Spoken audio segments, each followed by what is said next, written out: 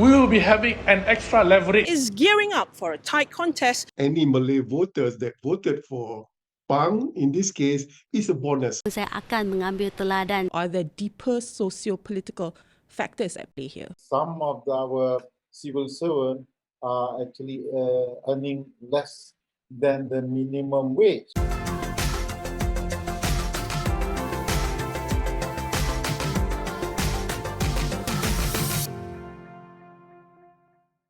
Hello everybody and welcome to Beyond the Headlines, where we discuss about the top stories that made the headlines and more.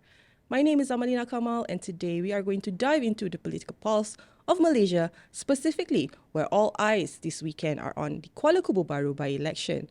Also later in this particular episode, we will be discussing on Prime Minister Datuk Sri Anwar Ibrahim's announcement on May 1st, which is on Labour Day, that more than 13% of increase in civil servants' remuneration will take effect December this year. Now, this sort of salary increase is among the highest in Malaysia's history. It's an exciting topic to talk about. But of course, to kickstart the discourse for our first topic of the day with me, I have political analyst and Nusantara Academy for Strategic Research Senior Fellow Dr. Azmi Hassan. Welcome, Doctor, to Beyond the Headlines. Many are actually looking at the upcoming Kuala Kubu Bharu by-election as holding the key to understanding the voting patterns among Malay voters in Selangor, particularly.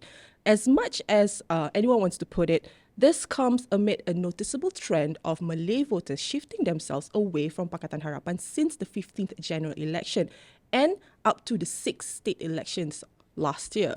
Now, Doctor, from your observations, I would like to understand how deeply entrenched is the trend of Malay voters here in disassociating themselves from Pakatan Harapan? Or are there deeper socio-political factors at play here?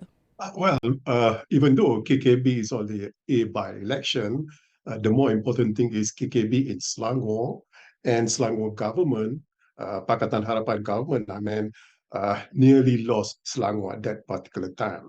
And it intrigued me, talking about Datuk Seri Anwar is not going down to KKB. That's really put a curiosity onto me. Why Datuk Seri Anwar? Because he's a very, I would say, influential person. He's a prime minister, but Datuk Seri Amiruddin as a Menteri Besar will be going down there. What I heard is that there is some dissatisfaction toward the federal government. But within the state government, I think the people of Selangor are quite satisfied. So I guess KKB will demonstrate that, yes, I think Pakatan Harapan will retain the seat, but with a reduced majority, and most probably with a reduced majority, Perikatan Nasional will use that as a yardstick to show how dissatisfied is the people, not toward the state government, but towards Datuk Seri Anwar itself. So I guess that the Perikatan Nasional strategy in KKB at this particular moment. Your comments on, within the state government itself, Pakatan Harapan is quite a stronghold. But this green wave is slowly catching up. Now, again, my question, with the Malay vote fragmented among various parties, including, PH, BN UMNO, and Perikatan Nasional, how do you assess DAP's chances of victory in KKB? And what strategies do they have to put in to navigate this complex political landscape? Putting out DAP candidate from the Chinese ethnicity, I think DAP, Pakatan Harapan, is quite confident that they can garner a majority of the non-Malay votes. And when I say non-Malay votes, this includes the Chinese vote, plus a little, I would say, not 100% the Indian votes, but majority of the Indian vote. I think that's a strategy of Pakatan Harapan. And they realize that what not only DAP realized, but Pakatan Harapan, the state government, and also the federal government are lacking of the Malay votes. So what transpired during GE15, and after that during state election, 6 state election, where Perikatan Nasional, the bulk of their voters come from one community, which is the Malay community, and the Pakatan Harapan, Barisan Nasional, the bulk of them come from the non-Malay voters. I think this will be transpired again in KKB. To ask UMNO, for example, to do their best to transmit to the Malay voters to support the Pakatan Harapan candidate or DAP candidate, it will be an uphill task. Not only UMNO is at the weakest point right now, but I think more so because of the DAP candidate is a non-Malay candidate. So I guess that's the current scenario the DAP is banging on. Okay, so DAP strategy is, as you put it, they have to be realistic, and they are shifting towards the non-Malay voters. They're banking on that, basically. But are we simplifying the fact that by judging them to say that they are not entirely looking at the Malay voters? Not that DAP is looking away from the Malay voters, no, because they know the scenario. What transpired during GE15 and also the latest one 8 months ago during the state election, it is very difficult for Pakatan Harapan to gain the sympathy from the Malay voters because the green wave is still there 8 months ago and is still here 8 months after that. So they are being rational in this case. During the state election 8 months ago, DAP still gained a healthy majority, 4,000 plus, despite the green wave is very strong at that particular juncture. So I think DAP is being realistic now. When I say realistic, meaning that to let's say if they want to put a Malay candidate, a DAP Malay candidate, in order to gain more Malay supports, I think they are being realistic that yes, they can get a few votes, but it won't affect that much. So I think they are confident that by putting a DAP non-Malay candidate, the Chinese voters, the Indian voters will be overwhelming supporting their candidate. Doctor, sorry, just a quick one. I would like to understand your thoughts of Pang as a candidate and how does she fare against other candidates here? Yes, Pang credentials, I think academic or working experience, I guess way above the Bersatu candidate or the other two independent and PRM candidate, no doubt about that. But we have to remember, Pang career candidate, she is the current, or before this, the special officer to Nga Koming. And Nga Koming is a taboo to the Malay voters especially. So I guess by putting out Pang, yes, putting aside the credential that she has, the working experience that she has, it shows that DAP or Pakatan Harapan are quite not bothered with the Malay voters. Because of course, Malay voters, whether they are UMNO supporters or Malay voters that support Pakatan Harapan, will be putting off quite a little bit with Pang related to Nga Koming. So the strategy, again, we're talking about the DAP strategy, is that they want to gain as many as the non-Malay voters here. And any Malay voters that voted for Pang, in this case, is a bonus to them. I think that's the strategy. Thank you so much to our doctor for your insightful comments thus far. But for now, let's get a first-hand account from our news editor and my co-host, Hazween Hassan, who's actually on the ground in KKB itself, shadowing the candidates' campaign trail. We want to take a look at how the candidates are ramping up their efforts to secure votes in this by-election. Kuala Kubu Bharu, or KKB, the district capital of Hulu Selangor at the foothills of Fraser Hills, with a population of just under 195,000, is a town steeped in history. It's home to some of Selangor's most well-kept colonial heritage buildings, and in more recent years, it has made a name for itself as a popular ecotourism destination too. Its popular hiking trails and beautiful waterfalls around Sungai Chiling is a well-known stopover for thrill seekers. But this time, there's something else brewing here. This week, as the local assembly by-election nears, this quaint little town sees its streets lined up with party flags and campaign banners. The polls, slated for May 11th, will decide who will be the town's new assemblyman, the contest between 4 candidates. The 2 main contenders have been under the spotlight. Just a week ahead of the polls, this small town of Kuala Kubu Bharu in the heart of Hulu Selangor is gearing up for a tight contest, particularly between the Perikatan Nasional and Pakatan Harapan candidates. Contesting in her first ever election, 31-year-old and DAP hopeful Pang Sok Tau is looking to retain the KKB assembly seat for her party, left behind by her predecessor, the late YB Lee Ki Hyong, who recently died in March after a long battle with cancer.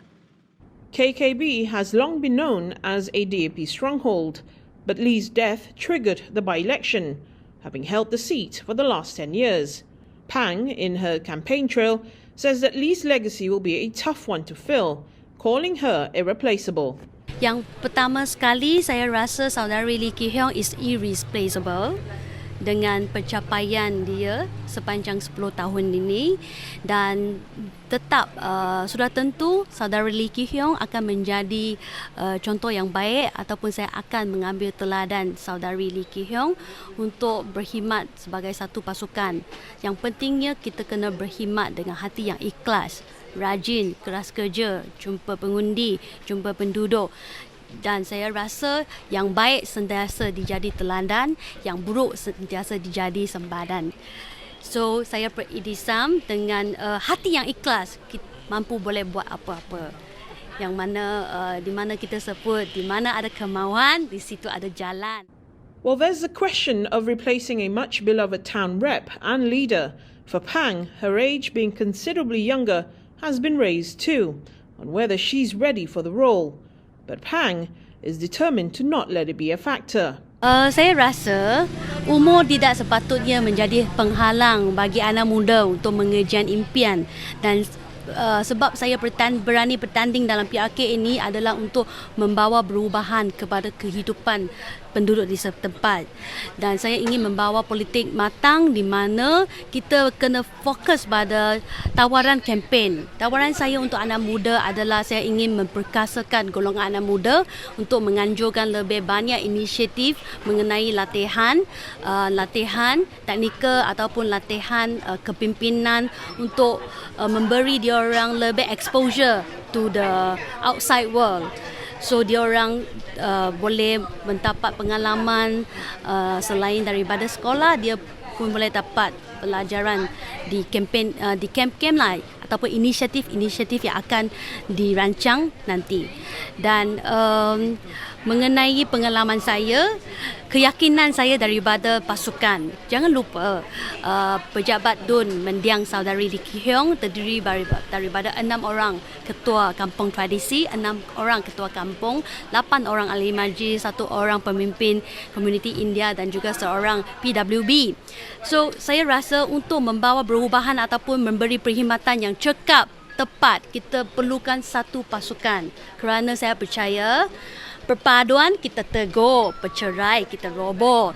So kena pilih pasukan ataupun calon yang mampu memberi perkhidmatan yang cekap dan tepat. On the other side of the divide, representing Perikatan Nasional, is Khairul Azhari Saud. The Bersatu man is a KKB local and had previously served as a Hulu Selangor municipal councillor. While media interviews were planned with Khairul on the day, they were all later cancelled following a directive from Bersatu's top leadership. Beyond the Headlines was told by PN's campaign coordinator that the last-minute cancellations were decided by the party's leaders as something had come up. Present, however, was Bersatu Youth Chief Wan Ahmad Faisal, Wan Ahmad Kamal. For both sides, securing the youth vote is paramount. Pang believes that's where she has the edge. Dari segi anak muda, kita akan mendekati mereka melalui program-program yang sedia ada ataupun program-program yang dianjurkan oleh pasukan kempen.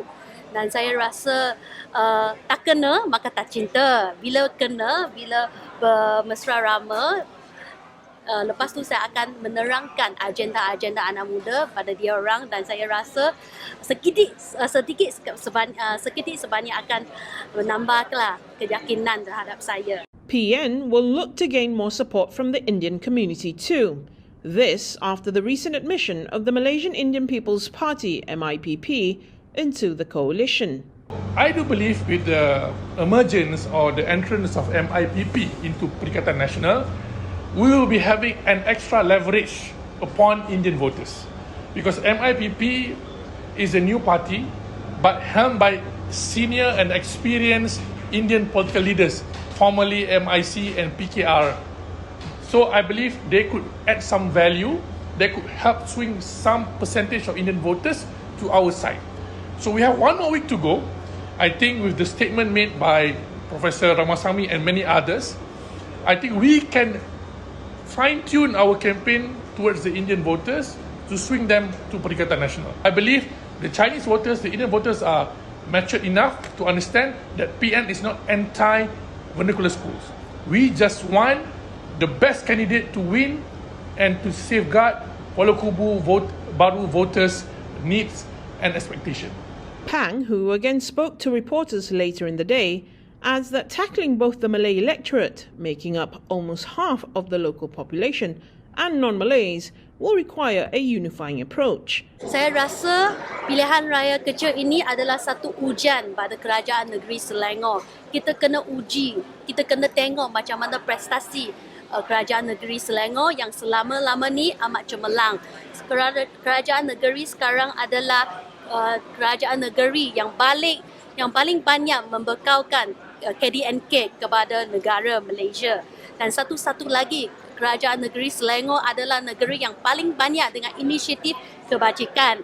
Dan ada juga inisiatif bagi anak muda, program keusahawan, latihan, golongan wanita, dan dari segi pelaburan juga, dia meningkat tiap-tiap tahun.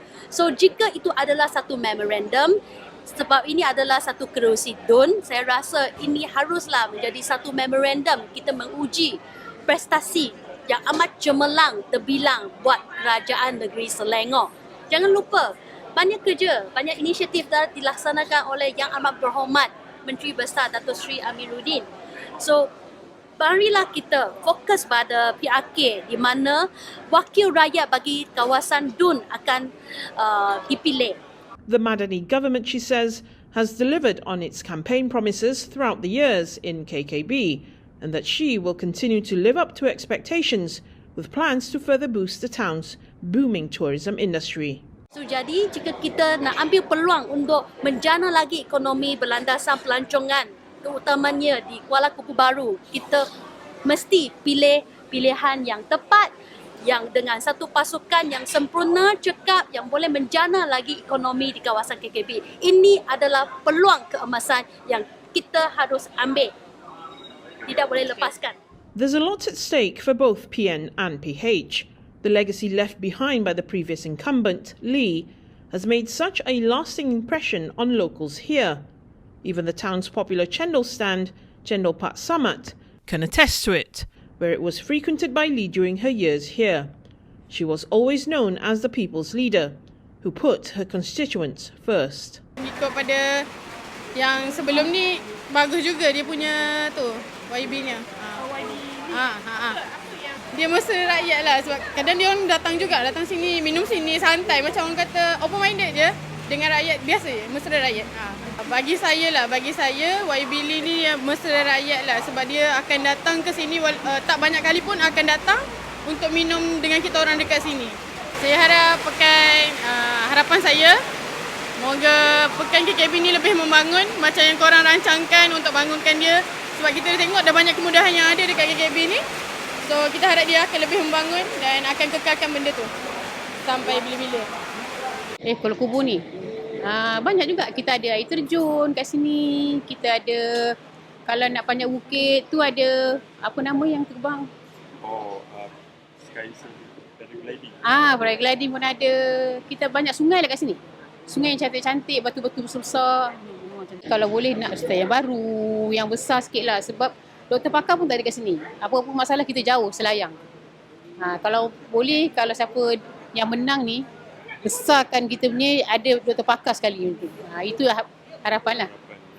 Kita harapkan calon kita semua menang lah. Calon nombor 2 tu. Jadi sebab apa? Dekat Hulu Selangor ni, Dun batang kali PN dia punya parlimen pun PN.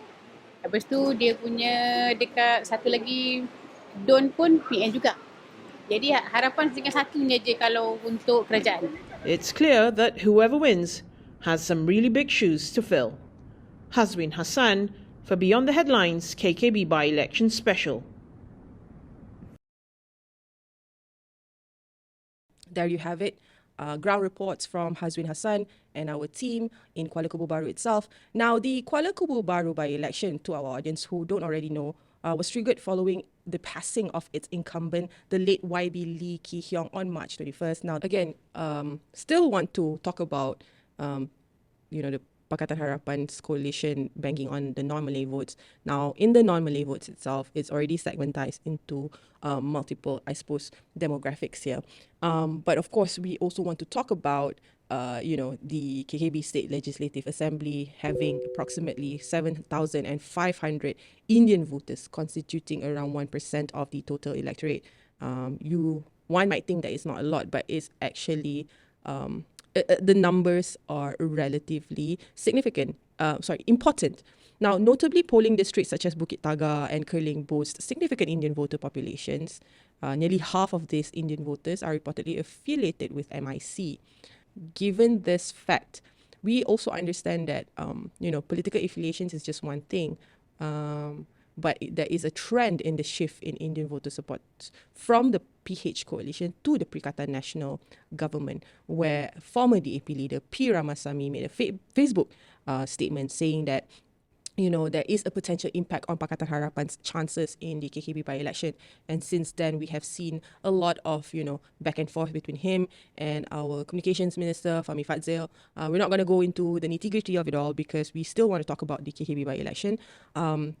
Doctor, how do you assess PH's winnability in light of these developments, though? Well, Dr. Ramasamy factor is quite important here. If we look at the last 6 states election, Penang, Selangor, and Negeri Sembilan, the number of voters, the Chinese and the Malay voters that went out to vote, is basically the normal range compared to the general election or the last state election. But for these 3 states, the number of Indian voters fell down drastically.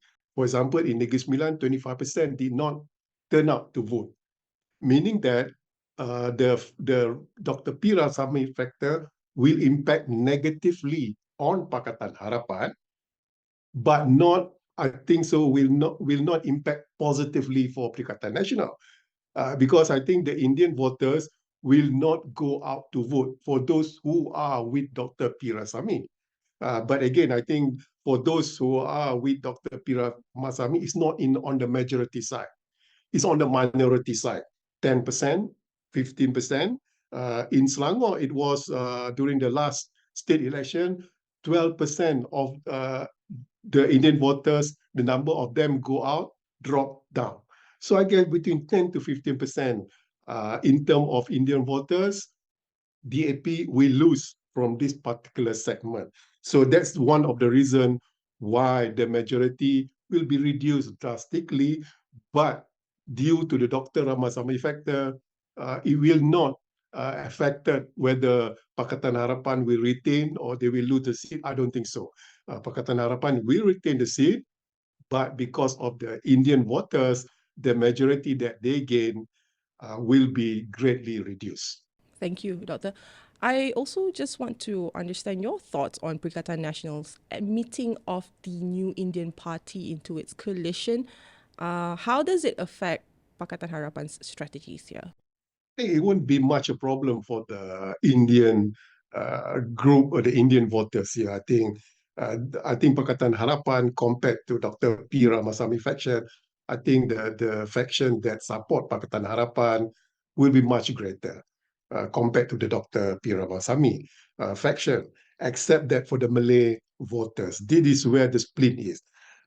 If we look at the statistic from GE15 and also the last state election, it is 20 to 80. 20% only supported Pakatan Harapan, 80% supported Perikatan Nasional in this case, or to be more specific, PAS in this case. So I would say that the 20-80 ratio will still remain in the KKB by-election. But again, if 20% of the Malay voters in KKB supported the DAP candidate, I think that will be a plus point. But if more than 20%, I think is a bonus for Pakatan Harapan, for the unity government, for the state government, to say that the Malay voters are slowly realizing that Pakatan Harapan BN-led state and the federal government is for the benefit of the Malays. So I guess what Pakatan Harapan should banking right now is to gain more than 20% of the Malay voters. For Indian voters, I guess there shouldn't be any problem there. We have MIC division leader in Ulu Selangor, K. Balasundaram, urging party members and Indian voters in KKB to not boycott. He actually highlights the potential consequences of a boycott, stressing that it may not lead to a meaningful change in government. Now, with this information, given the complexities within MIC regarding cooperation with the AP and the potential consequences of a boycott, how do you assess the party's ability to mobilize its members and Indian voters in KKB to actually participate in the election? First of all, for the Indian voters, I think they have something to prove because, as you mentioned, there are a number of election the area where the bulk of the Indian voters are there. If the pattern of voting is shown that the mostly MIC Indian supporters supported the DAP candidate, I think they'll be in a very great advantage because it is the state government. Pakatan Harapan is the state government. So they can ask for something better because they voted for Pakatan Harapan candidate. But again, for the Malay candidate, I think for UMNO supporters, for example, I think even though they are UMNO member or UMNO supporters, they have quite, I think the Malay says a berat hati to support the DAP candidate because these are DAP candidate, Chinese candidate, no doubt about that, but also the special officer for Koming, which is very sensitive to the Malay. So if they vote for Bersatu candidate, they won't have any feeling guilty there because they are voting for a candidate from the Malay-based party. So in this case, comparing to the Indian candidate and also to the Malay candidate, the thinking is totally different. As I mentioned, the Indian MIC affiliated voters will support Pakatan Harapan candidate, but for the Malay candidate, even though they are UMNO members, most probably they will vote for the Bersatu candidate. I still want to touch on DAP's stance here, especially in securing a large portion of the non-Malay voters to win this by-election. Yes, talking about the influence or the appealness of the DAP as a party to the non-Malay voters, there's no issue to it. Because DAP is dominant in the state government and also dominant in the federal government. So on the non-Malay voters, it shouldn't be any problem. But again, the problem lies on the Malay voters. A lot of UMNO are not that quite satisfied when the state government was formed after the state election 8 months ago, because they got, I'm not sure whether they got the ex-corpos. No, they don't have the ex-corpos. But basically, when the AP put out their Chinese candidate, I think they are not thinking about the Malay voters here. No, I don't think so. Because they know where the AP stand regarding the Malay voters' perception in KKB, and also the Malay perceptions toward UMNO in the state government and also in the federal government. So I guess going back to the strategy of DAP, they know that they have the full support of the non-Malay voters, but they have a very meager minimum. The best that they can hope is 20 to 30% of the Malay voters will support the DAP candidate. So the appealness, talking about the appeal here, is that DAP is more towards the non-Malay voters here. Doctor, I also want to ask you in terms of how might the dynamics between MIC, Perikatan Harapan and UMNO influence the outcome of the KKB by-election? One of the opinion polls conducted recently before the nomination day, the people of KKB, they are very satisfied with the current state administration, especially the Menteri Besar Datuk Seri Amiruddin. I think that's the reason why Datuk Seri Amiruddin in the KKB campaign will be the icon, will be the point man here. And no doubt that there's some dissatisfaction, not among the Malays, but among the Indian voters towards the federal government in this case. I think that's the reason why I'm not sure whether Datuk Seri Anwar will come down to KKB or not.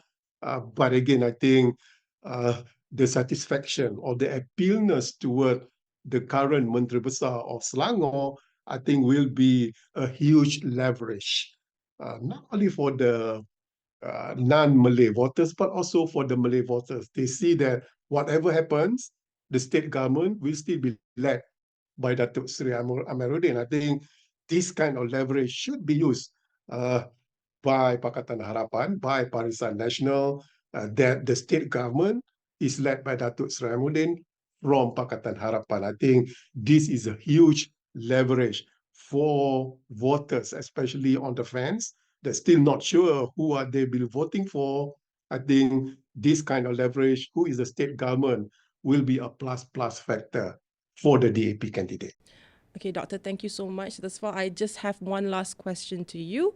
Beyond the KKB constituency itself, the discontent at large that we have, especially among those who claim that they are marginalized and being underrepresented, what concrete measures do you believe are necessary to address these particular grievances, especially in preventing further alienation from the political processes and implicating the federal government at large? The problem with us, when I say us, everybody, is that they see the composition of the cabinet. Cabinet include the minister and also the deputy minister based on the MP's ethnicity. I think the problem is that it is very difficult for Prime Minister to allocate position based off community, for example, ethnicity, for example, is very difficult because it must be based on the strength of the party.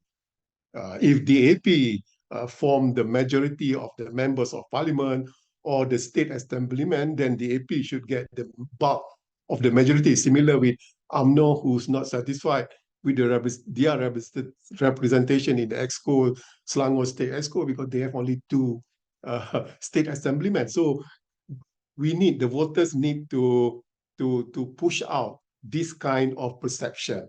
I think it is beyond the cabinet.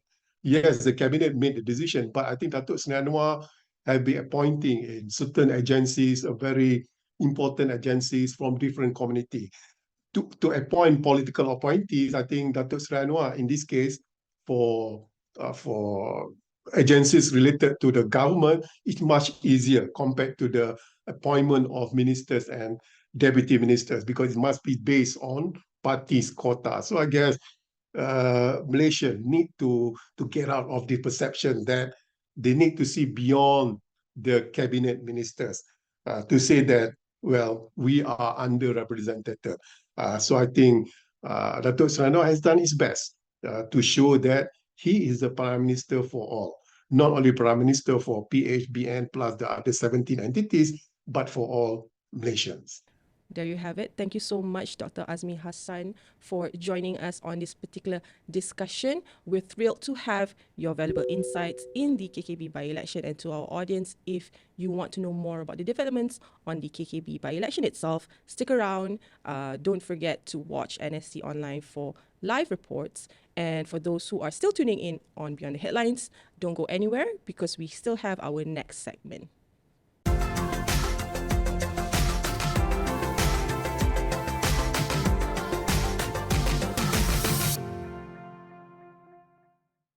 Welcome back, everybody, to the last segment of this particular episode. If you haven't been following the news yet, Prime Minister Datuk Sri Anwar Ibrahim made a groundbreaking announcement during Labor Day celebration in Putrajaya recently, where he revealed a significant increase of over 13% in civil service remuneration, marking one of the highest increments in salary for the public service sector in Malaysia. Now, this raise, set to take effect from December 1st this year, signifies a remarkable move as the last revision in civil servants' salaries was over a decade ago. Now, Anwar emphasized that this substantial increase, costing the government more than 10 billion ringgit, is a testament to the commitment of the Madani government towards uplifting the welfare of civil servants. Now, joining me in this breakdown and to get some sort of reaction in terms of how we can process this bit of good news, I suppose, is Emeritus Professor Dr. Barjoyai Bardai from Malaysia University Science and Technology. Professor, thank you so much for being on Beyond the Headlines. Professor, I just want to understand, how do you assess the economic implications of more than 13% increase in civil servants' remuneration announced by Prime Minister Anwar Ibrahim here? First of all, of course, it may increase our deficit budget if we assume that the revenue of government does not increase much.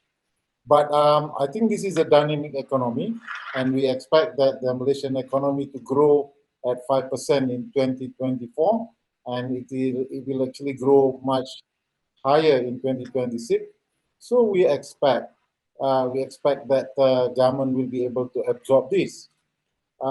Nevertheless, we also take into account that the government is currently trying to reduce the subsidy on petrol and diesel, which amounted to more than 45 billion. So, and actually based on the calculation of the targeted subsidy that they are giving, the government is bound to save over 40 billion. So absorbing the 10 billion increase in the civil servant salaries, it should not be a problem. Should not be a problem now. Of course, this is subject to some changes in environment. We also expect that the world economy will be worsened, and there may be some adverse effect in that. Prof, with this increase set to take effect from December 1st, how might it influence consumer spending patterns? Yes, of course, this is bound to happen, especially that the salary of the lower group will go up from 1,700 to over 2,000. And as we know that the 70% of the expenditure structure of the lower income groups are on foods, and so they are bound to increase their expenditure with the increase in income, and this will be reflected in the economy with the increase in the private consumption, which is actually the household income expenditure, and as a result, we can expect that the impact on the economy overall will be an enhanced growth rate for 2025 especially. Actually, this new increment is especially targeted for the lower group because today, actually, some of our civil servants are actually earning less than the minimum wage of 1,005. But with this, including allowance and all that, it will go up to 2,000, and so that will definitely improve their well-being as a government employee. But to the middle income group, the higher salary group, there is not much increase compared to what is happening in the private sector, especially 3% of the Malaysian company, which are the public listed and the multinational companies, were actually offering a salary which is nearly triple what the government servants are earning. But this is a basis it is not a basis of comparison as apple to apple, but it is a basis of comparison in terms of civil servant as considered as a privileged group for having the pension fund. And we are not sure yet whether the pension fund will really be abolished. I mean, it's still under consideration, and we hope that it will not.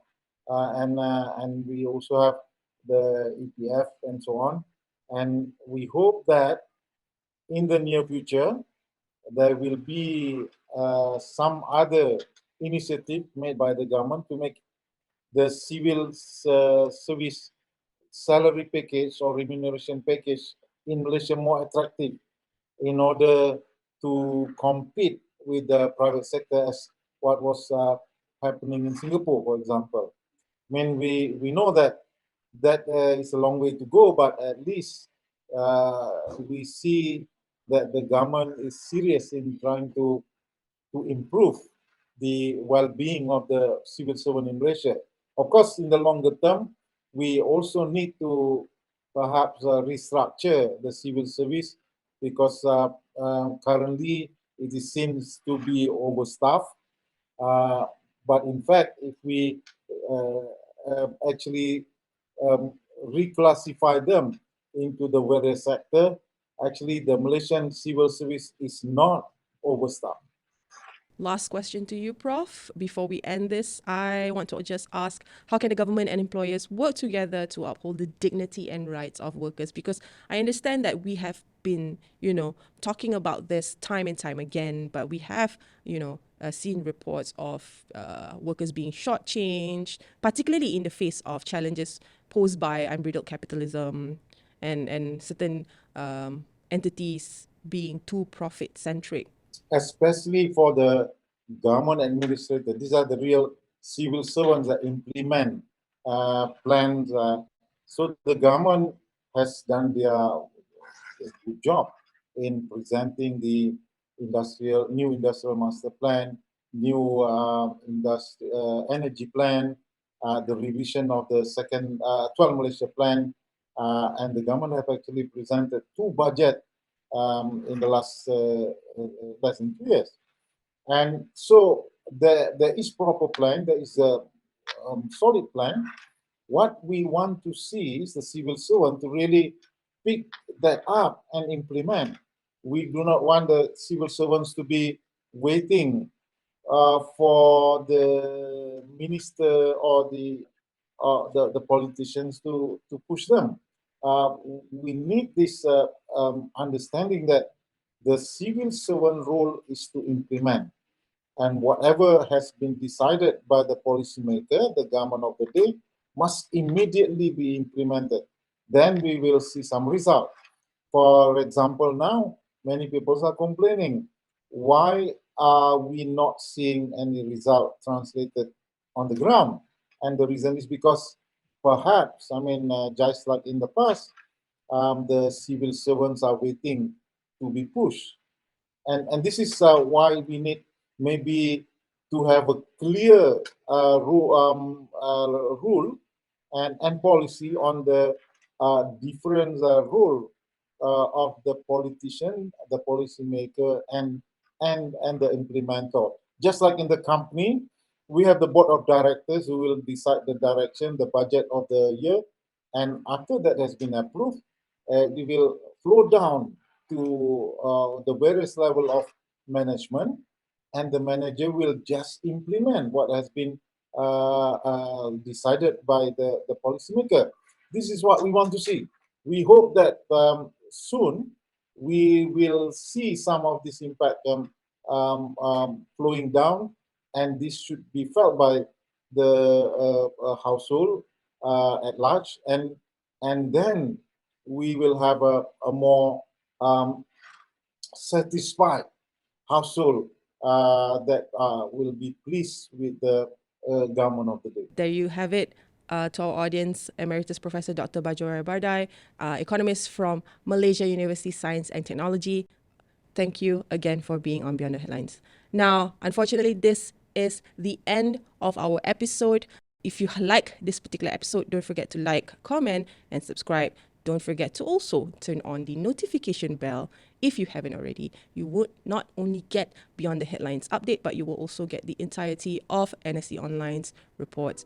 Don't forget to follow us on other social media platforms, not just YouTube, X, Facebook, Instagram, as well as Threads. My name is Amalina Kamal, and I'll see you next week.